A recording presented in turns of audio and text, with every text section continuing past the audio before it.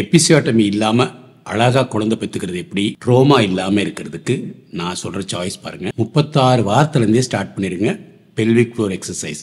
Pelvic floor எக்ஸசைஸ்னால் என்ன? இந்த போர்ஷன் பிரசவ பாதை சுற்றி இருக்கிறது, மோஷன் போகிற இடத்துலேருந்து நல்லா முன்னாடி வரைக்கும் இங்கே இருக்கிற இந்த இடம் இருக்கு இல்லையா, இது பெண்களுக்கு பொதுவாக இந்த இடம் கொஞ்சம் வீக்காக தான் இருக்கும். ஏன்னா யூரின் போகிற இடம், பீரியட்ஸ் போகிற இடம், குழந்தை பிறக்கிற இடம், உடலுறவு போகிற இடம், ப்ளஸ் மோஷன் போகிற இடம் எல்லாம் அடுத்தடுத்து வச்சு அது சுற்றி உள்ள மசில்ஸ் வந்து கொஞ்சம் வீக்காக தான் இருக்கும். சின்ன வயசில் நிறைய ஓடி ஆடி விளையாடி இருந்தீங்கன்னா நல்லா ஸ்ட்ராங்காக இருக்கும். பட் நம்ம சமுதாயத்தில் 12 வயசுக்கு அப்புறம் ஓடக்கூடாது, அடக்கமாயிரு அப்படின்னு அடக்கி வச்சுருவாங்க. ஜெயலலிதா பண்ண நல்ல காரியம் சைக்கிள் வாங்கி கொடுத்தது. சைக்கிள் ஓட்டுறதுனால இந்த இடம் வந்து நல்லா ஸ்ட்ராங்காக இருக்கும். ஸோ சைக்கிள் நல்லா ஓட்டுறவங்க, நல்லா ஓடுறவங்க, அவங்களுக்கு இந்த இடம் நல்லா ஸ்ட்ராங்காக இருக்கும். ஆனால் இப்போ 36 வாரத்தில் நீங்கள் இந்த பெல்விக் ஃப்ளோர் இந்த போர்ஷன் இருக்கு இல்லையா, நம்ம உட்காந்துருக்கோம் பாருங்கள், உட்காந்துருக்கிற போர்ஷன் இருக்கு இல்லையா, அந்த இடத்தோட மசில் பேர் LAன்னு வச்சுக்கோங்க, லெவட்டார் ஆனை.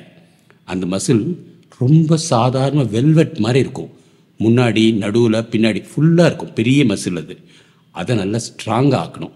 அதுக்கு 36 வாரத்துலேருந்து டெய்லி இந்த இடத்துல கையை வச்சு கொஞ்சம் லைட்டாக மசாஜ் பண்ணுற மாதிரி அந்த மசிலை நல்லா எக்ஸசைஸ் பண்ண சொல்லுங்கள். நம்ம எப்படி ஒரு கையில் ஒரு பழம் வச்சுட்டு அப்படியே புளியிறோமோ அது மாதிரி அந்த இடத்துல அது புளியணும். நல்லா புளியும் போது அந்த மசில் நல்லா இறுகி லூஸ் ஆகும், இறுகி லூஸ் ஆகும். அதே சமயத்தில் மூச்சு நல்லா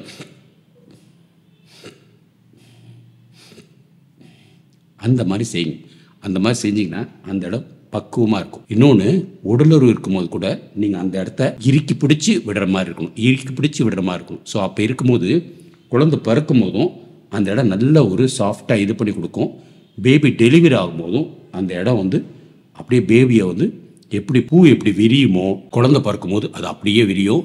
காலை தான் நீங்கள் கொஞ்சம் மாற்றி ஈத்தி இது பண்ணணும். நிறைய ஆஸ்பத்திரியில் ஒரே பொசிஷனில் வச்சுட்டு புஷ் பண்ணுன்னு சொல்லுவாங்க. அது கேட்காதீங்க. உங்கள் உடம்பு எப்படி கேட்குதோ அது தகுந்த மாதிரி உடம்பு மாற்றிக்கோங்க. சில சமயம் கமந்து படுத்து தள்ளுற மாதிரி இருக்கும், சில சமயம் ரைட்டில் படுத்து தள்ளுற மாதிரி இருக்கும், சில லெஃப்ட்டில் படுத்து தள்ளுற மாதிரி இருக்கும். அப்போ தான் அந்த எபிசியோட்டமி இல்லாமல் அழகாக குழந்தை பிறக்கும். கட் பண்ணுறதை அலோவ் பண்ணாதீங்க. கொஞ்சம் பொறுங்க சிஸ்டர், நான் பண்ணுறேன் அப்படின்னு சொல்லணும். 3வது, 36 37 வாரத்திலேயே பர்த் பிளான்னு வெளிநாட்டிலலாம் எழுதுவோம். அது இப்போ கொஞ்சம் கொஞ்சமாக வர ஆரம்பிக்குது. அதில் தெளிவாக எழுதிருங்க, நான் என் உடம்பு சொல்லும் போது தான் புஷ் பண்ணுவேன், அவசரப்பட்டு எதுவும் பண்ணாதீங்க. மரத்து போகிற ஊசி போட மாதிரி இருக்குன்னா என்கிட்ட சொல்லுங்கள், நான் ஓகே சொன்னால் தான் போடணும். எனக்கு நானே குழந்தை பெற்றுக்கணும்னு தோணுச்சுன்னா நான் பெற்றுக்க முடியும். இதெல்லாம் நம்மளால் எழுத முடியும். நான் பர்த் பிளானை பற்றி ஒரு டீட்டெயில்டாக கிளாஸ் போடணும்னு நினச்சேன், அதுக்குள்ளே அந்த செக்ரட்டரியை மாற்றிட்டாங்க. ஸோ எபிசியோட்டமி இல்லாமல் இருக்கணும்னா நீங்கள் 36 வாரத்துலேயும் உங்கள் மைண்ட் செட் அது மாதிரி இருக்கணும்.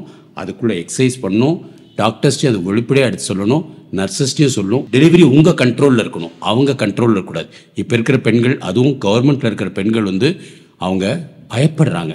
அங்கே போனால் ஐயோ வலி இருக்குமே பயப்படுறாங்க. வலி கட்டாயம் இருக்க தான் செய்யும். ஆனால் உங்கள் உடம்பு உங்கள் கண்ட்ரோலில் இருந்தால் தான் அவங்க உங்களை மதிப்பாங்க, அவமானமாக பேச மாட்டாங்க, திட்ட மாட்டாங்க. உங்களோட கமெண்ட்ஸ்லாம் பார்க்கும்போது வலிக்குதுங்க. 30 வருஷத்துக்கு முன்னாடி நான் மருத்துவக் கல்லூரியில் படிக்கும்போது எப்படி இருந்துச்சோ அது அப்படியே என் காதில் கேட்குது. இதெல்லாம் தப்பு. ஸோ எபிசியோட்டமி இல்லாமல் எப்படி குழந்தை பெற்றுக்கணும் ஒரு சகோதரி கேட்டிருக்காங்க, அதுக்காக இந்த விளக்கமான வீடியோ. ஸோ எபிசியோட்டமி இல்லாமல் குழந்தை பெற்றுக்கிறதுக்கு நம்பர் 1, 36 வாரத்துலேருந்தே பெல்விக் ஃப்ளோர் எக்ஸசைஸ் செய்யணும். நம்பர் 2, தெளிவாக டாக்டர்ஸ்ட்ட சொல்கிறதுக்குள்ள மனப்பக்குவம் இருக்கணும்.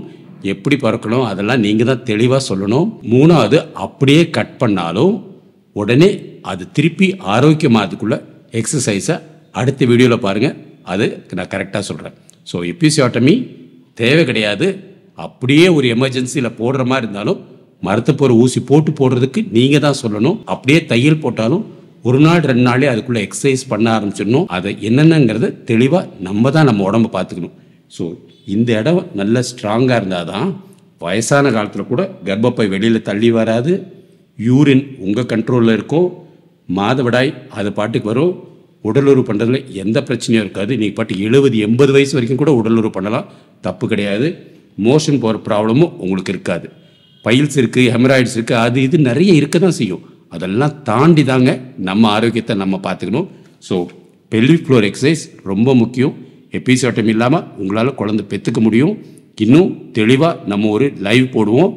இதில் ஏதாவது டவுட் இருந்துச்சுன்னா 9884902024க்கு தொடர்பு கொள்ளுங்கள். இல்லை மெம்பர்ஷிப் ஆகுங்க. எபிசாட்டமி இல்லாமல் ஆரோக்கியமாக குழந்தை பெற்றுக்கிறதுக்கு நான் உங்களுக்கு சப்போர்ட் பண்ணுறேன்.